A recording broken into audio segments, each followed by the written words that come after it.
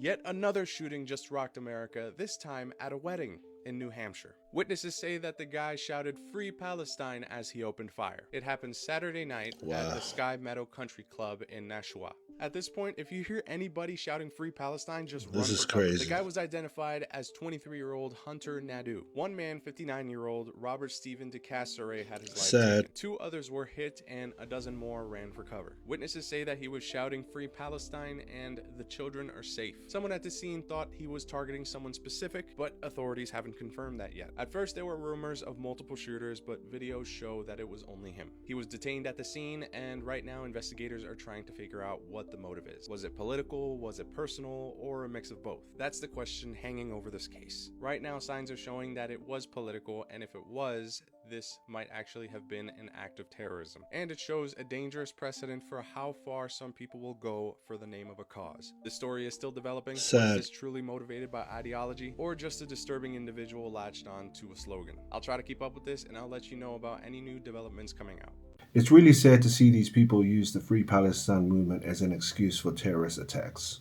Just walking into a venue shouting "Free Palestine" and start shooting strangers that did nothing wrong to them. I knew from the get-go this Free Palestine movement wasn't going to end well, because they continuously blamed the Jews in Israel, yet they did not hold Hamas accountable for what they did. This whole war only started because Hamas decided to bomb Israel, killing and injuring thousands, and also taking 200 plus people hostage, only for Israel to whip their butts and lead to Hamas running and hiding under tunnels, using the people of Gaza as human shields. It's becoming as clear as day that this movement is creating new radical foot soldiers for Hamas, carrying out terror attacks for their cause to free Palestine. Wow. Thanks to the efforts of Donald Trump and other Arab leaders who brought together a peace plan, Hamas and Israel have decided to cease fire and release hostages.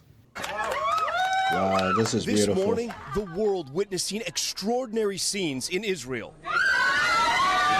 The first images of those 20 Israeli hostages turned over as family members cried and crowds by the tens of thousands erupted in applause. How can you not be happy for these people? Cheers for President Trump touching down today in Israel to announce to the world the hostages have been released and continue his push for a path towards peace. The homecoming and the reunions of families torn apart for more than 2 years, the first stage of the U.S. brokered peace deal. President Trump meeting with them and marking this historic moment by writing in a book at the Israeli parliament, "This is my great honor, a great and beautiful day, a new beginning." As the hostages return home, there are more stages to come in the process. 2,000 Palestinian prisoners set to be freed.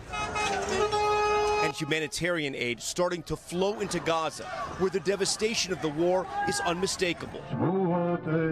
Back in Tel Aviv, relief for the hostages returning home, but many still in mourning for those lost, like John and Rachel Goldberg-Poland, whose son Hirsch was killed in captivity. What are these families going through right now, the ones that are going to get both foreclosure, maybe their loved ones back, but also the remains of their loved ones? It means a lot to be getting them back.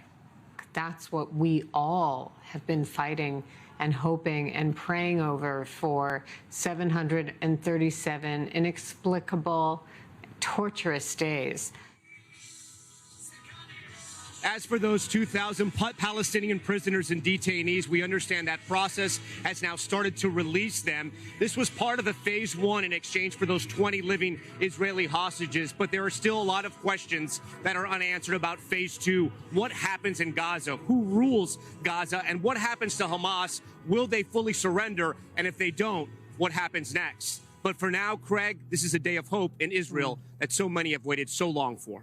A historic day indeed. Tom Yamas on the ground for us there in Tel Aviv. Tom, thank you.